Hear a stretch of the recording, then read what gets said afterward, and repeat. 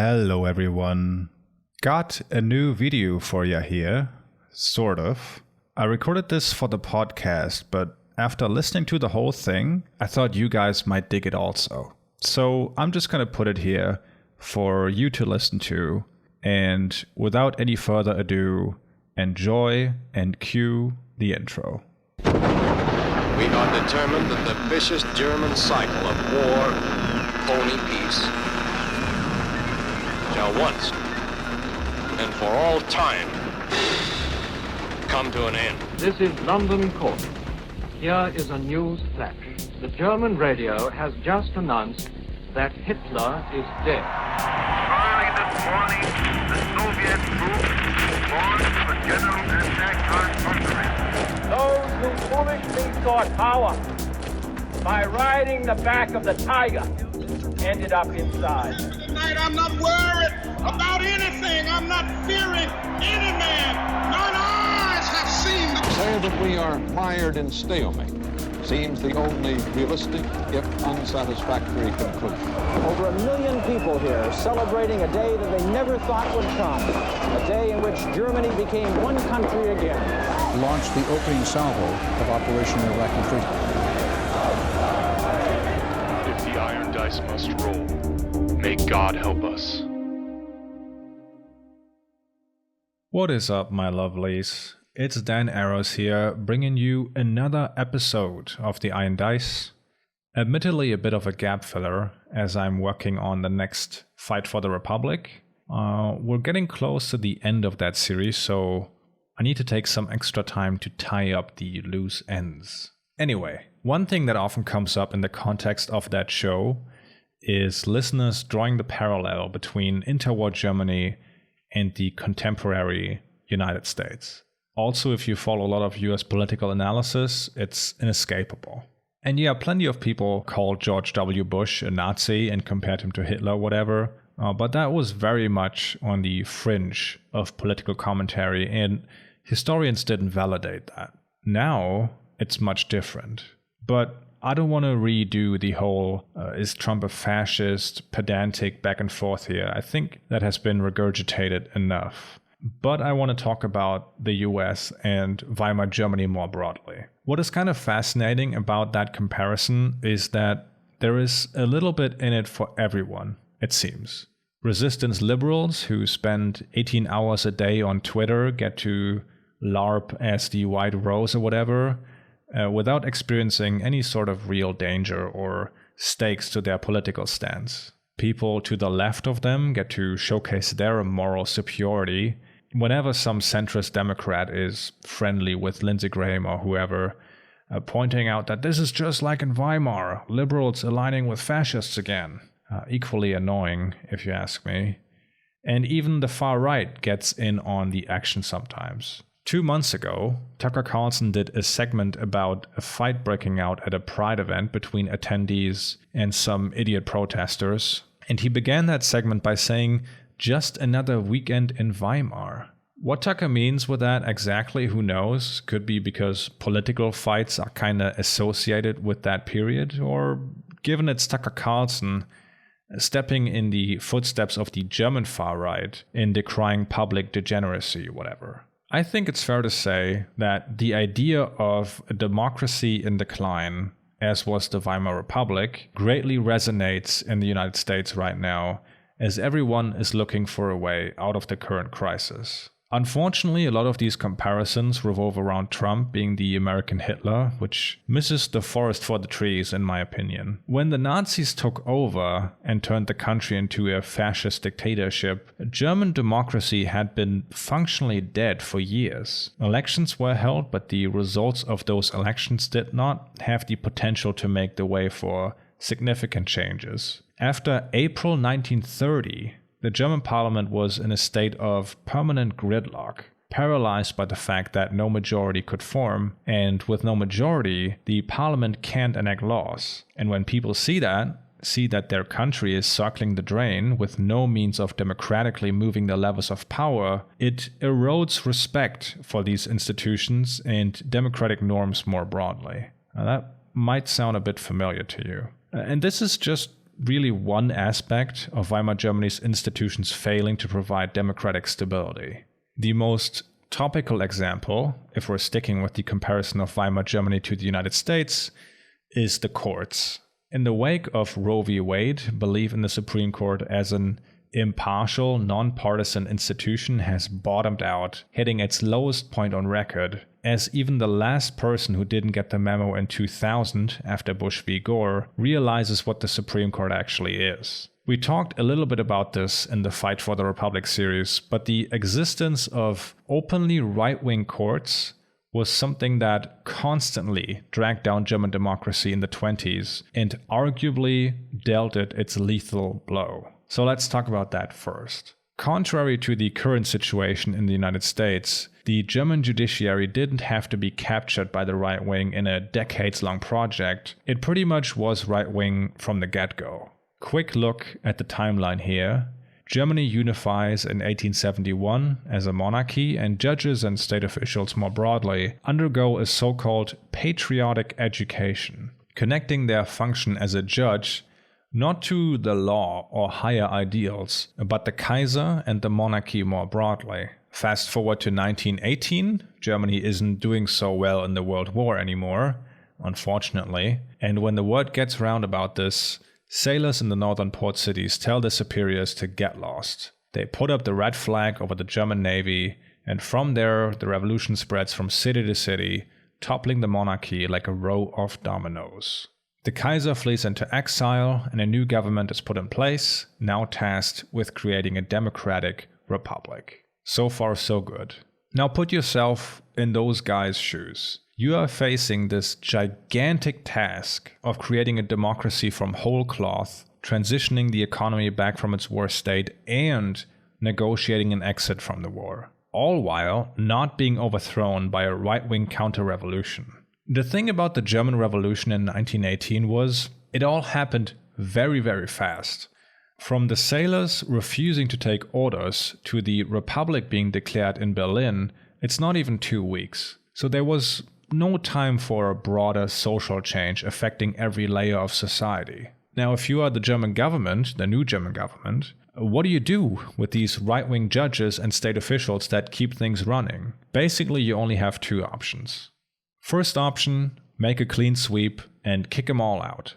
Try to put in your own people and create a democratic institution that way. Problem with that is, who are you gonna put in their place? There is no one who can immediately fill those roles who has not undergone the same education as these guys. Without all the bureaucrats, it also means the state apparatus pretty much grinds to a halt, creating instability. That instability will be associated with the republic in the minds of the public and make this new system seem chaotic compared to the old one. You also drive all these judges and state officials further to the arms of the right wing that is working on overthrowing you from minute one.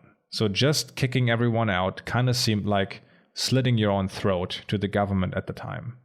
The second option you have is letting these people keep their positions, make them swear allegiance to the Republic and a new constitution, change the education system, and hope that they will kinda grow into the new system. The issue here is, of course, that you now have a huge part of the state that is hostile to democracy and actively undermines the government when given the chance. The right-wing judges in particular are now in a position where they can legally sanction actions against the state through their rulings. That is the route the German government took at the time, and in doing that, instead of slitting their own throat, they just kind of slowly strangled themselves with that decision.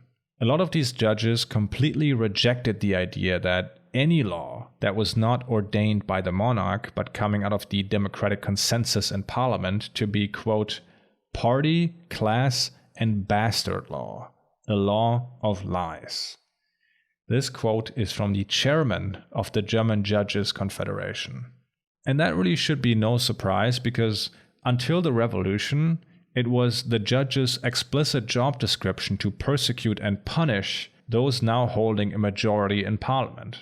I want to give you an idea of what this meant in practice.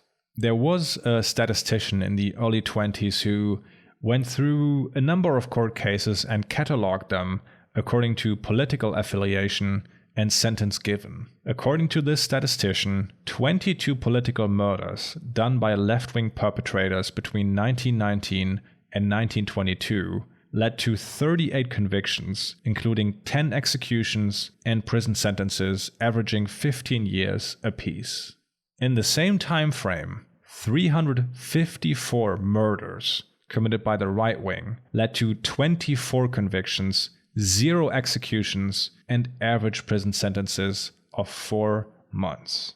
Basically, if you went in front of a judge and were able to convince him that you acted out of a selfless patriotic duty, you were good to go. The effect that this has is not only giving a green light to the right wing to just murder their political opponents, but also completely destroys the idea of an impartial legal system to the left wing. How are you going to sell someone on the left on this new system in the face of those numbers? This bias among the judiciary went all the way up to the German Supreme Court, or Reich Court, as its name was, and the best example I could find about this comes from Richard Evans' The Coming of the Third Reich, where he talks about a case against 4 men in 1923. These men had been sentenced to 3 months in prison by a lower court for shouting the sentences, "We don't need a Jew republic, boo the Jew republic," because attacking the foundations of the state in that way was against the law, and I'm pretty sure still is in Germany. Eventually, this case landed in front of the Reich Court, which overturned the sentence with the following explanation. They, talking about the 4 men, could mean the new legal and social order in Germany, in whose establishment the participation of German and foreign Jews was outstanding.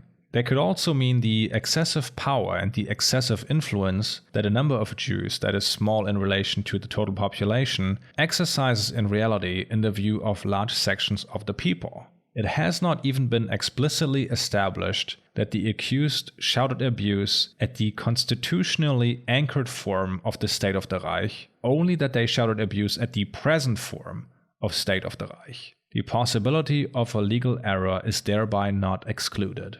So these judges basically said that the current German democratic state was a temporary aberration from the real Reich, and also said Weimar kinda is a Jew republic. And these were the men tasked with interpreting and defending Weimar Germany's constitution. Richard Evans concludes his chapter on this with the following.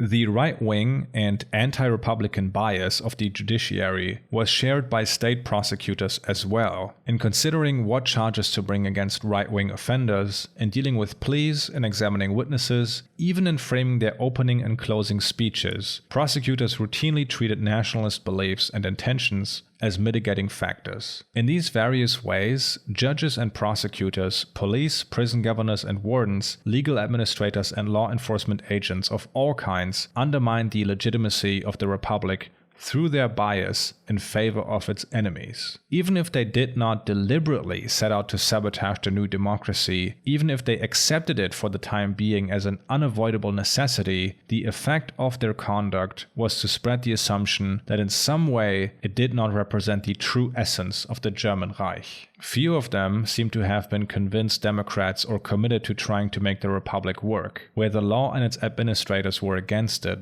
what chance did it have? What Germany's courts did in the 1920s with verdicts like this, or what the US Supreme Court has just done with Roe v. Wade, has nothing to do with an impartial judicial review, but is an exercise of raw political power. Both countries were, or are, faced with a form of judicial despotism by a Supreme Court immune from democratic accountability. Now, luckily, the United States is in a much better position than Weimar Germany was to tackle this problem. Despite all the talk about polarization and civil war, trying to pack the courts or facing them head-on if necessary bears much less of a risk than it did in Germany. Nobody's gonna go out there and face the bayonets over Clarence Thomas, I reckon. But it's also not like there is much of a choice for Democrats, as the one party still committed to maintaining democratic institutions at least. Because if the Supreme Court is allowed to have the last word on issues like voting and civil rights for the next 2 decades, I have no doubt the United States will end up in a similar position as Germany did in April 1930. This limbo state of not being a dictatorship, but also not being a democracy either. And partially this is already the case. If you look at a state like Wisconsin, that has a higher population than Denmark or Norway, by the way, that state is not a democracy. There was a great piece on this in the Milwaukee Independent that analyzed the results of the 2018 midterm election, where a blue wave swept the country, if you remember. Here's what it says. Wisconsin has 8 congressional seats, all of which were up for the election for the midterms. Going into election day, Democrats controlled 3 of them and Republicans had the remaining 5. No seat flipped. In total, Wisconsin Democratic congressional candidates received 1.3 million votes. Wisconsin Republican congressional candidates received 1.1 million. And yet, Democrats got 3 out of 8 seats. In mathematical terms, that is 52.7% of the vote, yet the party took only 37.5% of the seats. When it comes to the state assembly, quote, every seat was up for grabs on November 6th, and voting disparity becomes even more glaring when reviewing the results. Democratic Assembly candidates took around 1.3 million votes to Republican Assembly candidates with 1.1 million votes. And still Democrats walked away with only 36 seats, while Republicans took a staggering 63. That means Democrats won 54% of the vote, while only earning 36% of the seats.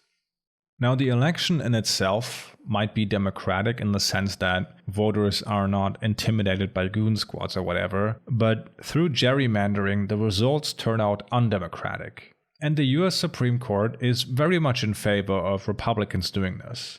The New York Times reported earlier this month that in another 4 states, Alabama, Georgia, Louisiana, and Ohio, maps that judges have previously ruled illegal since they were drawn on racial or partisan lines will be used anyway, because Republicans know that the Supreme Court is on their side most of the time when it comes to changing election procedures close to that election. As the article says, the headline case of this was in Alabama, where a federal judge panel said the state had diluted black voters' power in its election map and ordered them to draw up a new map. The Supreme Court then blocked that order, reinstating the old racist map because it was supposedly too close to the election taking place 4 months later. And I know this is not flashy or exciting and kind of hard to penetrate compared to the dramatics of fascism, but this is how it's going to work in the US. An end to America's democratic institutions will never look like the man in the high castle. That era is over. German interwar democracy went belly up in the time of mass politics. The social conditions today, especially in the US, are completely different. Now, is US democracy in a worse spot than Germany at any moment between 1918 and 1933? Unquestionably, no. It is not even close. The vast majority of Americans in principle want the US to be a democracy, even if they might be dissatisfied with its current state. Democracy, for white people at least, has a long tradition in the US, and I don't see the attitude towards the principle of being a representative democracy changing anytime soon. The German public's introduction to democracy was basically, hey, let's try this new thing. By the way, we just signed a peace deal and you can expect a generation of lower living standards. Also, the French are occupying the Ruhr and we're powerless to do anything about it. Also, the money you're getting isn't worth the paper it's printed on anymore. Isn't this going great? The idea that people like Michael Moore or others sell of Weimar Germany is that it was this well-running, flourishing democracy until Hitler came along and bewitched everyone, when in reality Weimar had a ton of problems, from the constitution to the economy and public hostility against the idea of a republic. German democracy was faced with an almost impossible task, much harder to solve than the current crisis in the US. You see this even with things like January 6th. Let's say that would have been a full success for Republicans and they declare Trump the American Caesar. What then? You still have more than half the country that is against you, including the most powerful states like California, that would never ever go along with something like that. But I don't want to get too deep into alt history here. The point is, the smarter Republicans understand that something like January 6th will not secure minority rule for them. The heavy lifting has to be done by the states. And with the Supreme Court the way it is, they have a good shot of achieving that goal. There is a case that the US Supreme Court has agreed to hear in its upcoming session starting in October. It's from North Carolina and called Moore v. Harper. The reason why this case is keeping legal scholars up at night right now is because the Supreme Court will decide if state courts have oversight power over election policy set by state legislature. Right now, even if gerrymandering is a huge problem, the state courts have the ability to rule these maps or other practices surrounding voting illegal. If the Supreme Court decides that this is not the case, and 4 justices have signaled support for this, it basically gives the state legislature carte blanche to do whatever they want in regards to elections. Some scholars even suggest this includes the power to reject presidential electors determined by voters and appoint their own slates. It's not hard to imagine a state like Florida or Kentucky or whatever red state doing this, claiming voter fraud or whatever. I am not a legal scholar, but from what I can gather, a decision like this really would half out the remnants of American democracy, deeply flawed as it is, and what comes after, I have no idea. In the context of that case, I want to tell you about a different case called Prussia contra Reich from 1932. And my point here is not that these two cases are at all analogous, but their rulings have the potential to put the US in a similar situation as Germany was at the time. As I said, since 1930, German democracy didn't really exist anymore, but the country was ruled through what's called presidential cabinets. And we don't have to get into how all of this actually worked. Important to know is that the gridlock in parliament left the country to be governed by a cadre around the president, basically. Part of this cadre, serving as chancellor, was a guy called Franz von Papen, who was not a Nazi, but was committed to establishing the Neuer Staat, the new state, as he called it. He wanted to create a sort of authoritarian presidential regime with the long-term goal of bringing back the monarchy. One thing in the way of this was the federal nature of the Weimar system, and above all, the state of Prussia. A state which covered more than half the territory of Germany, had a population bigger than France, and was a social democratic stronghold. It's a long and fascinating story, but important for us is the following. On July 20th, President and decrepit, disgusting sleazebag Paul von Hindenburg, at the request of von Papen, issues an emergency decree deposing the democratically elected state government of Prussia and puts von Papen and the army in charge. Before this happened, the Social Democrats had said that if Prussia is faced with violence by the federal government, they would respond in kind. Shockingly, they did not do that. Arguably, they had no chance anyway, but they also didn't want to spark a civil war. Instead, you might have guessed it, they went the legal route of taking the federal government to court, declaring their coup unconstitutional. That is what Prussia contra Reich was about. And in this case, the court decided that this kinda sorta was unconstitutional, technically, but by the time the decision came down, the goose was cooked, and the court knew this too. I really can't stress enough how important this moment was when talking about the downfall of the Weimar Republic, arguably more so than the fire in the Reichstag that people love to talk about. Here is how, again, Richard Evans sums it up. Papen's coup dealt a mortal blow to the Weimar Republic. It destroyed the federal principle and opened the way to the wholesale centralization of the state. Whatever happened now, it was unlikely to be a full restoration of parliamentary democracy. After July 20th, 1932, the only realistic alternatives were a Nazi dictatorship or a conservative authoritarian regime backed by the army. The absence of any serious resistance on part of these Social Democrats, the principal remaining defenders of democracy, was decisive. It convinced both conservatives and National Socialists that the destruction of democratic institutions could be achieved without any serious opposition. The Social Democrats had received plenty of advance warning of the coup, yet they had done nothing.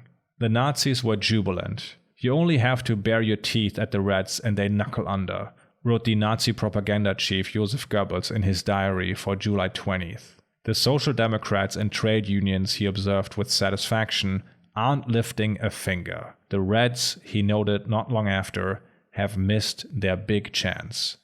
It's never going to come again. I had to think of this paragraph when seeing the spineless reaction to the overturning of Roe v. Wade, and now Democrats are reacting more forceful, but only did so under pressure. The mortal blow to the Weimar Republic, and it wasn't even done by a Nazi, but a conservative along with people cynically looking out for their own interest. This is where the money is at, folks. Not the Hitlers or Trumps, but the von Papens and Mitch McConnells. People who have no problem pushing an entire country to the brink of complete dysfunction over their own cynical power plays. All the noise about whether Trump is Hitler or the GOP is fascist or whatever, exciting as it may be, is mostly a distraction in my opinion. It's not the beer hall putsch that ended German democracy, just like it was on January 6th for the US. It's a slow-moving process, one you can absolutely see play out in current US politics. And whether the death blow will be Harper v. Moore or something else, I don't know. But I'm fairly certain that this process will keep going with Trump or without him. But that's the thing, we're always looking to history to find examples of our current experiences, all while sometimes forgetting that the current moment is in itself historic. It has its own conditions and nuances. Now, liberals and the left more broadly failed to meet the crucial moment in July 1932. Will it be the same in the US? Who can say?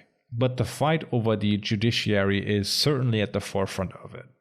Biden has been decent in filling vacant seats in the judiciary, but with the direction the Supreme Court is heading in, it needs a much stronger confrontation with the court and the idea of judicial review in general. There is nothing in the Constitution that says the Supreme Court has the final say on anything.